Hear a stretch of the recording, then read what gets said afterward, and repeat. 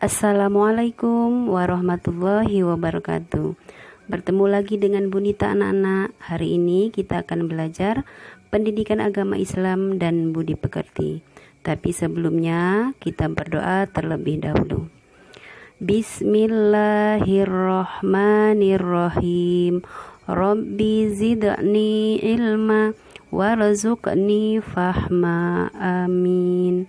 Anak-anak, hari ini kita masih belajar tema 5, tapi submateri kisah teladan Nabi Sulaiman. Nabi Sulaiman alaihissalam adalah putra Nabi Daud alaihissalam. Setelah Nabi Daud alaihissalam wafat, Nabi Sulaiman menggantikannya sebagai raja.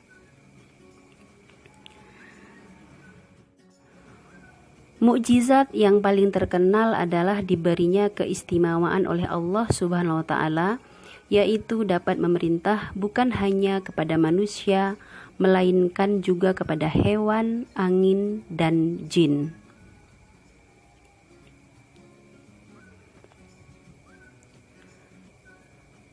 Nabi Sulaiman alaihissalam dapat menjadikan angin bertiup atas perintahnya ke tempat yang ia kehendaki. Allah Subhanahu wa Ta'ala pun menundukkan jin-jin untuk melayani Nabi Sulaiman.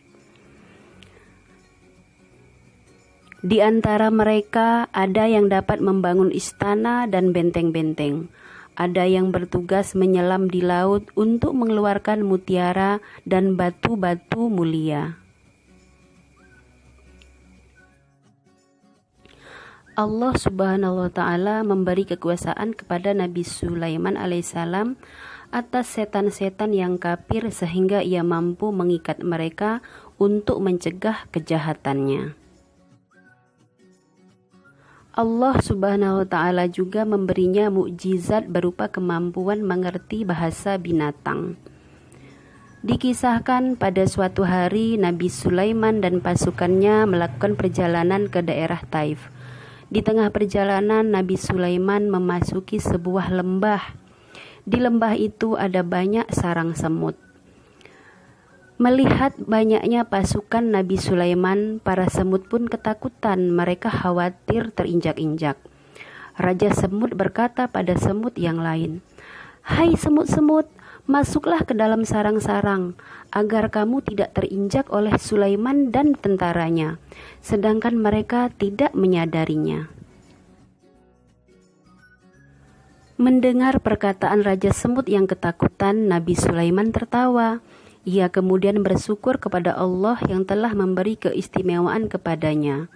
Ia kemudian berdoa kepada Allah, "Ya Tuhanku, berilah aku ilham untuk tetap mensyukuri nikmat-Mu yang telah Engkau anugerahkan kepadaku dan kepada kedua ibu bapakku, dan untuk mengerjakan amal saleh yang Engkau ridhoi. Dan masukkanlah aku dengan rahmat-Mu ke dalam golongan hamba-hamba-Mu yang soleh."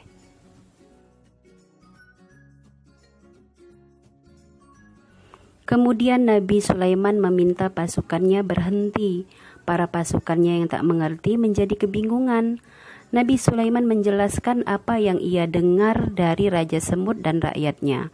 Akhirnya mereka mencari jalan lain untuk sampai ke tempat tujuan. Anak-anakku sekalian, kisah tentang Nabi Sulaiman dan semut ini terdapat dalam Al-Quran surat An-Naml ayat 18 dan 19. Anak-anakku yang soleh dan soleha, meskipun kaya raya dan berkuasa, Nabi Sulaiman alaihissalam tetap rendah hati, patuh dan tunduk pada perintah Allah Subhanahu wa Ta'ala. Doa Nabi Sulaiman selalu dikabulkan Allah, yaitu tidak ada seorang pun yang memiliki kerajaan besar dan kaya raya seperti kerajaannya. Anak-anak, tadi materinya sudah Ibu sampaikan. Saatnya kalian mengerjakan tugas.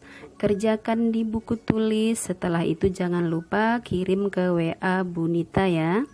Selamat mengerjakan anak-anak, selalu jaga kesehatan. Ibu akhiri, wassalamualaikum warahmatullahi wabarakatuh.